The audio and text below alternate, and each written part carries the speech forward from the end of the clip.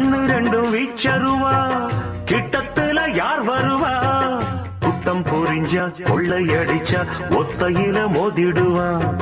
சூறக்காத்து வீசினாலும் சாஞ்சிடாத ஆலமரம், சின்ன மருது பெரிய மருது போல இவன் காத்து நிப்பான். பாண்டியர் பூமியிலே வைகை பாயிர நாள் வரைக்கும், தென்னவர் சீமையிலே இந்த மன்னவன் வேறிருக்கும்.